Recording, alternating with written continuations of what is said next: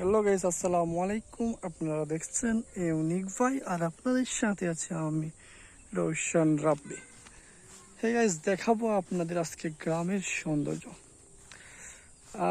এটা আমাদের গ্রাম, আর আপনাদের গ্রামও জানি এরকম সুন্দর, বা যারা শহরে থাকেন তারা তো অধিকাংশ সময়ই গ্রামের এই সৌন্দর্যগুলো মিস করে থাকেন।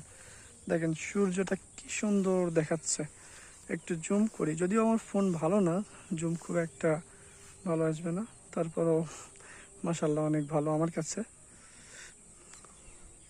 তো এটাই নয়, জাস্ট এটা একটা সিম্পল বিষয়। মাঠগুলো দেখুন, কত বিশাল মাঠ, ধুধু মাঠ। যখন আমাদেরকে গরম লাগে প্রচণ্ড, তখন আমরা বাইরে আসি, এই মাঠগুলোর ভিতরে বসে থেকে দেখুন। এখানে গ্রামের লোকজন কাঁথা শুকাতে দিয়েছে, জমিনে ফেলে রাখছে ধুয়ে। সুন্দর একটি দৃশ্য আপনাদেরকে দেখাচ্ছি আমি। আমি যদি একটু জুম করে দেখাই আপনাদেরকে, ওই যে সামনে দেখতে পাচ্ছেন একটা পুকুর, বিশাল একটা পুকুর, খুবই সুন্দর পুকুরটি। আমি আপনাদেরকে পুকুরটির কাছ থেকে দেখানোর চেষ্টা করব। এটা একটা পার্কের মতো জায়গা, এই সাইডে একটা, ওই সাইডে একটা।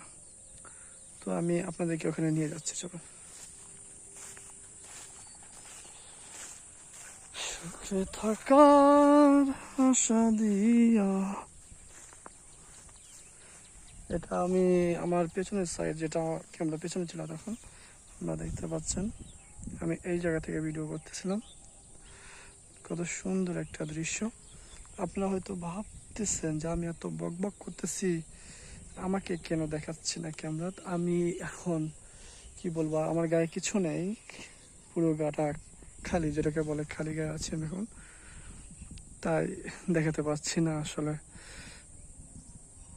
এটা দেখানো ঠিক হবে না, খালি গায়ে ভিডিওতে আসা।